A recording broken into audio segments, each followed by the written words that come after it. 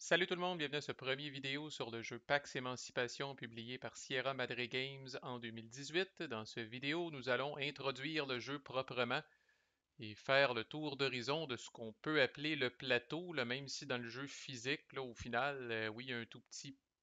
C'est des cartes en fait là, que vous allez placer avec toutes sortes de crap alentour, là. Mais bon, on va faire le tour d'horizon de ce que vous voyez ici. Je suis pas mal excité de faire ça. On est rendu là. Je suis pas mal fier de savoir jouer à Pax Émancipation, là. Quand on est rendu qu'on dit ça d'un board game, là, c'est parce que c'est tout un exploit, là. Pax Émancipation est coté 4.6 sur 5 au niveau de la complexité sur Board Game Geek. Ça fait pas de moi quelqu'un de plus viril de savoir jouer à ça, là, mais quand même. Euh, il y a des jeux plus complexes que ça sur Board Game Geek, là, mais plus haut que 4.6, souvent vous allez être dans le Monster War Game, là, des espèces de jeux là, avec des rulebooks de 150 pages, puis des jeux qui vont prendre des semaines et des semaines à jouer. Mais ce que je trouve qui rend Pax Émancipation très cute, c'est le fait qu'un jeu d'une telle complexité qui se joue aussi rapidement. Parce qu'une fois qu'on est habitué, Pax Émancipation, là, 2 heures, c'est fait.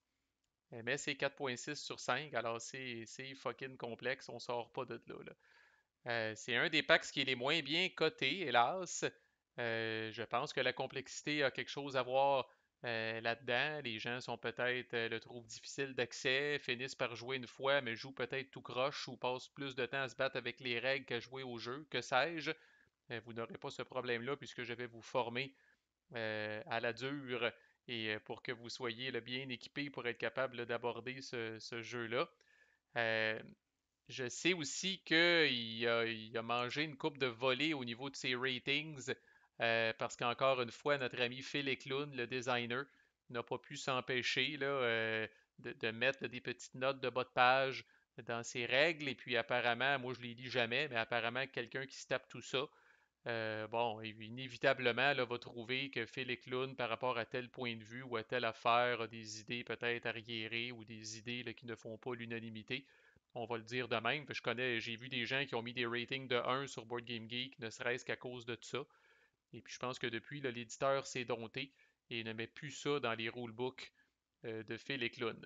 Et effectivement, je trouve que c'est une très bonne idée, là. C'est comme tais-toi, design des board games, puis si on veut en apprendre plus sur le sujet, on va aller lire des livres, mais essaye de séparer là, tes opinions personnelles euh, des mécaniques ludiques. Il n'y a pas beaucoup de documentation sur le jeu, il n'y a pas beaucoup de vidéos sur le jeu, c'est pour ça que je trouve ça très intéressant de l'adresser dans une playlist. Euh, J'allais dire le rulebook ne vous sera d'aucune aide pour apprendre le jeu, c'est un peu chien, là, mais c'est un classique rulebook de PAX, dense, euh, bizarrement écrit, là, on va le dire comme ça, c'est un euphémisme un peu, là. Mais bon, il y a beaucoup de concepts abstraits dans le jeu, là, puis d'essayer d'apprendre ça en lisant le rulebook, là, vraiment, bonne chance. Euh, My God, c'est un jeu à trois. Je vais l'expliquer, là, jouez à ça si vous êtes trois, là, si vous êtes deux, jouez à autre chose. Si vous êtes quatre, vous pouvez carrément pas jouer. Pour moi, c'est un jeu à trois. C'est un jeu qui commence coopératif. J'ai oublié, dans tout mon enthousiasme, j'ai oublié de parler de qu'est-ce que Pax Émancipation. C'est un, c'est la lutte pour l'abolition de l'esclavage au niveau mondial et au niveau stratégique, là. Fait que, on voit là, la map là, qui va des 13 colonies, donc les États-Unis, là. En fait, vous avez le monde au complet ici, là, l'Afrique, l'Europe, l'Asie, name it. Alors, vous allez travailler collectivement d'abord pour abolir l'esclavage. Ça représente les 2 tiers du jeu. Après ces 2 tiers-là, il va y avoir un check de victoire coopératif pour dire avez-vous réussi, sinon tout le monde perd. Et si vous avez réussi, c'est ce que je trouve délicieux dans le jeu, vous allez jouer un autre tiers de game à peu près, mais compétitif cette fois-là. Et une fois qu'on s'est joué puis qu'on est habitué, on sait que la phase compétitive s'en vient, puis on dirait que même dans la phase coopérative, on fait une coupe de jambettes à nos adversaires. Fait que je trouve ça vraiment unique et fascinant comme truc, là. C'est aussi, puis ça j'adore ça, un jeu, ce qu'on appelle là, des pouvoirs de joueurs variables. Fait que dépendamment si vous jouez le Parlement, les philanthropistes ou les évangélistes, vous avez des petites habilités que les autres n'ont pas. Je trouve tout le temps ça intéressant pour la replayability parce que si vous jouez une deuxième game, puis à votre première game, vous étiez le Parlement, puis là vous jouez les évangélistes, vous allez avoir une expérience de jeu différente à cause de ça. Bref, je l'adore, c'est compliqué, mais vous êtes à la bonne place. si vous voulez l'apprendre. Mon but, c'est que cette playlist-là, vous puissiez y référer si vous tombez en amour avec le jeu comme moi. Vous pouvez y référer deux de vos amis qui vont avoir la patience d'écouter mes vidéos pour être capable d'apprendre à jouer puis d'arriver fonctionnel à votre table.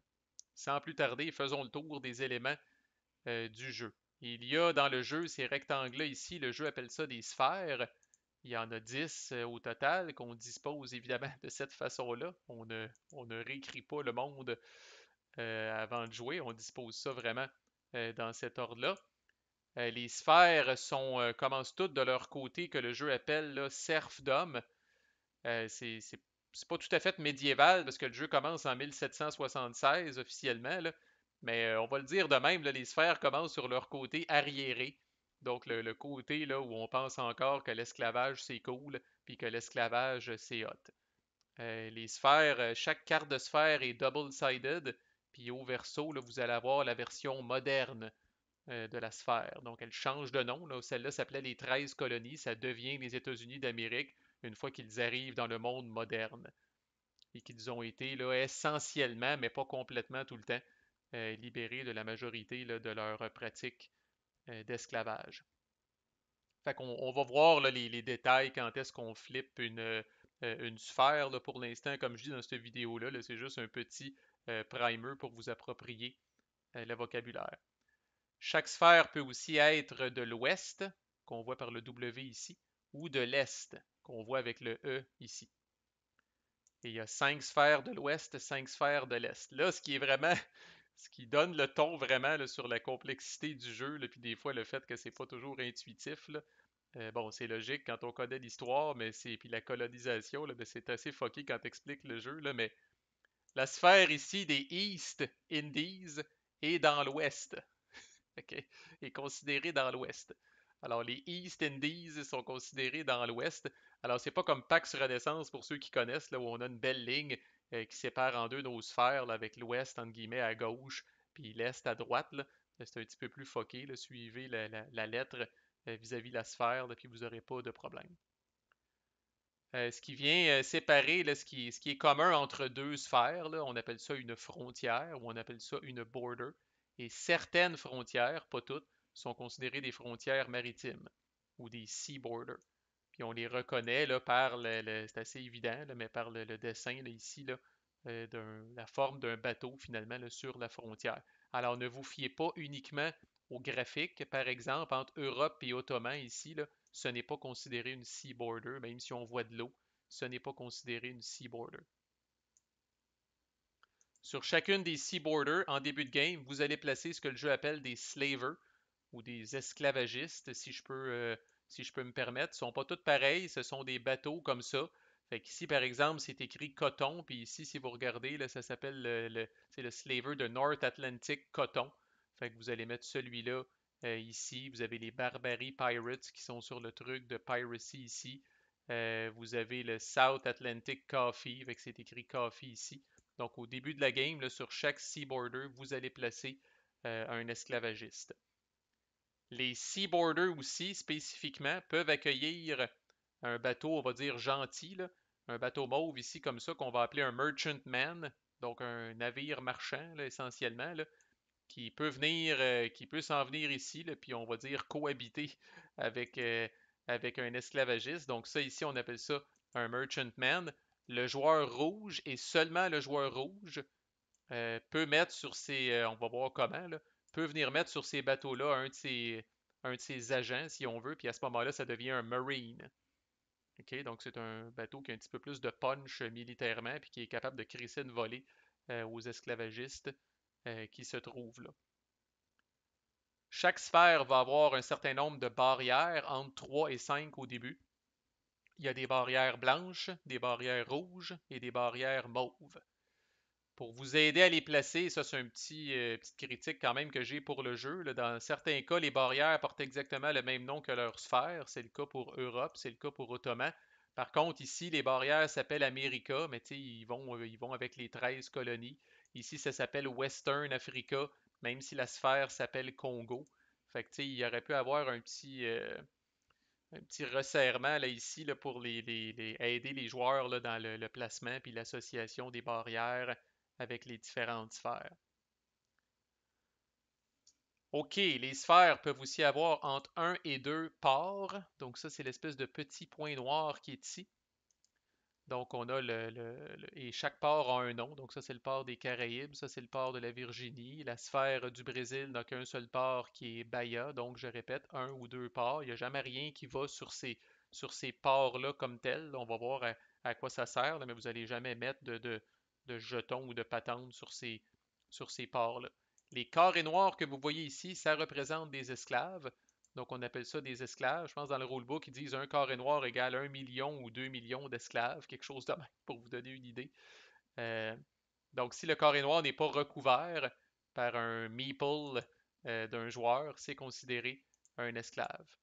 Puis là, on voit que ça varie d'un port à l'autre. Là, à Mughal, il y en a en crisp, puis à Pékin, il y en a en sacrament. Là, tellement qu'il a fallu faire une petite spirale ici, là, mais il y en a vraiment beaucoup. Chaque carré noir est ce qu'on appelle un esclave.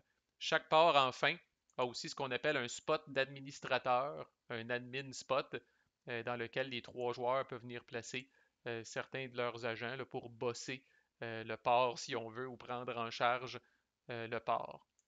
Certains spots d'admin, tels qu'indiqués par le petit rond de couleur ici, là, vont commencer. Fait que ça, là, même si le contour est vert, au début de la game, on va venir placer un agent rouge à cause du petit point qui est ici. Le contour de couleur, on y reviendra, là, mais sert à vous montrer du côté moderne quelle est la couleur du spot d'admin par défaut. OK, fait qu'on va y revenir, là, mais ne confondez pas le contour de couleur avec le petit spot rouge que vous avez à l'intérieur. Là. Même affaire, il y a des esclaves qui commencent par défaut avec des gens libres dessus, là, puis le petit carré vous indique la couleur en question. Alright, ouais, fait que parlons-en. Donc, sur les carrés d'esclaves, chaque joueur peut avoir là, certains de ses meeples. Là. Donc, faut faire une distinction entre les agents des joueurs puis ce qu'on pourrait appeler leurs meeples qui sont ici. Là. Donc, sur les carrés d'esclaves, vous allez mettre ces espèces de figurines-là ici. Et une fois que la figurine est mise sur un carré d'esclaves, le jeu appelle ça un freedman. Donc, c'est une personne libérée si on veut. Là. Donc, ce carré-là n'est plus un esclave là, pour l'instant. Il y a les esclaves ont été libérés. Là. On peut revenir quand même en arrière, mais pour l'instant, tout est correct. Là. Le seul autre endroit où ces meeples-là peuvent se retrouver, c'est sur les carrés qui sont ici dans le haut des sphères. Puis à ce moment-là, on va les appeler des dissidents. Des gens qui sont en crise contre le régime de la sphère en question. Chaque sphère peut avoir entre 1 et 3 dissidents, puis encore là, on va voir les détails de ça dans un prochain vidéo. Certaines sphères, 3 sphères pour être précis, commencent avec ce qu'on appelle un disease disc, donc un disque de maladie. Finalement, vous allez pouvoir guérir ça pour être capable éventuellement là, de faire des opérations puis des actions dans ces sphères-là. Et chaque joueur commence avec 6 disques noirs d'anarchie. Et ces disques-là, quand ils ne sont pas sur le plateau des joueurs, peuvent se retrouver sur certaines sphères quand ça commence à brasser dans le jeu. OK, les fameux agents des joueurs peuvent se retrouver à pas moins de 5 places. On a déjà vu qu'ils peuvent être des administrateurs dans le spot d'administrateur d'une sphère. On a déjà vu dans le cas du joueur rouge seulement qu'ils peuvent aussi être sur des bateaux. À ce moment-là, ils deviennent des Marines. Donc, ceux qui sont sur les spots d'admin, puis ceux qui sont vraiment sur des bateaux, puis qui sont des Marines, collectivement, on les appelle des agents. Mais ces bonhommes-là peuvent se retrouver à 3 autres places. Ils se retrouvent d'abord dans vos finances ici. Puis ça, on va le voir, ça va quasiment faire l'objet d'une vidéo en soi, là, comment est-ce qu'on gère les finances dans ce jeu-là, puis comment est-ce qu'on paye pour les actions. C'est via ces 3 niveaux-là que vous avez sur votre board, là, capital, richesse et dette. Essentiellement, vous allez descendre des agents pour payer pour des actions, puis monter des agents quand vous allez faire des levées de fonds. Ces bonhommes-là ici peuvent également se retrouver sur des cartes. À ce moment-là, on les appelle des syndications. Donc, ils peuvent se retrouver, vous allez les placer sur des cartes qui vous intéressent sur le marché, puis ça va vous donner accès à des opérations de plus. Et enfin, ils peuvent se retrouver aussi comme révolutionnaires sur des cartes de révolution qui vont se retrouver éventuellement dans le marché également. Fait que c'est vraiment des pions à tout faire, là. Je répète que ça sert à la fois à vos finances, à être administrateur, à être marine dans le cas du joueur rouge, à syndiquer ou à syndicater des cartes, puis à venir joindre des révolutions qui sont en cours. Voilà toute l'utilité de ces patentes-là, tandis que je répète, ces meeples-là peuvent se retrouver soit sur des carrés d'esclaves, ils deviennent des personnes libres à ce moment-là, ou sur des petits carrés blancs ici, ils deviennent à ce moment-là des dissidents. Chaque joueur a également une et une seule factory, un cube de sa couleur qui représente sa factory ou quand est-ce que sa faction est entrée dans l'ère industrielle de manière plus ou moins lousse. Fait que ces cubes-là vont être placés sur une sphère en particulier, là, la sphère où votre ère industrielle va avoir pris naissance. Là. On va voir les détails. Et finalement, le dernier et non le moindre, l'éléphant que vous voyez ici. L'éléphant qui va toujours pointer avec sa trompe sur un porc, c'est pas une joke. Donc, au début de la game, l'éléphant est à Londres, qu'on voit sa trompe qui pointe à Londres, et l'éléphant va beaucoup bouger au fil du jeu, va se promener. Thématiquement, ça représente l'attention médiatique ou où se trouve le spotlight dans le monde en ce moment. Il y a toujours un petit peu plus d'action, ça brasse toujours un petit peu plus dans le port de l'éléphant. Puis à la fin du tour de chaque joueur, là, souvent, s'il n'a pas déjà bougé, l'éléphant va se promener. Des fois de manière aléatoire, des fois de manière consciente. Là. Mais comme je disais, il va toujours se passer pas mal plus d'affaires au port de l'éléphant qu'ailleurs. Donc vous allez vraiment bouger ce token-là, puis vous allez le rotationner pour que sa trompe pointe sur le bon port, dépendamment d'où il est. Là. Fait que je m'arrête ici pour tout de suite. Là. C'est une introduction. Là. Déjà, si vous regardez ça, puis le cœur vous lève, puis vous dites, My God, c'est impossible que ça se peut pas, ça n'a pas de bon sens. Mais euh, je veux juste vous dire, c'est bon. Moi, je le trouve aussi bon que n'importe quel autre PAX. C'est riche, c'est tendu, c'est tout ce qu'on aime des PAX. Il faut juste apprendre à le jouer correctement. Puis je répète, vous êtes au bon endroit pour faire ça. On va, je prends toujours mon temps, mais avec PAX Émancipation, je vais peut-être encore plus prendre mon temps. Je répète, je veux que vous passiez à travers, là, puis que vous sortiez sans avoir la tête grosse de même en disant, Chris, je comprends, puis je pense que je serai même capable de commencer à jouer. C'est mon objectif. Prochaine vidéo, on va parler des conditions de victoire parce que oui, comme tout bon PAX, là, juste les conditions de victoire, c'est suffisant pour faire une vidéo en soi. À plus.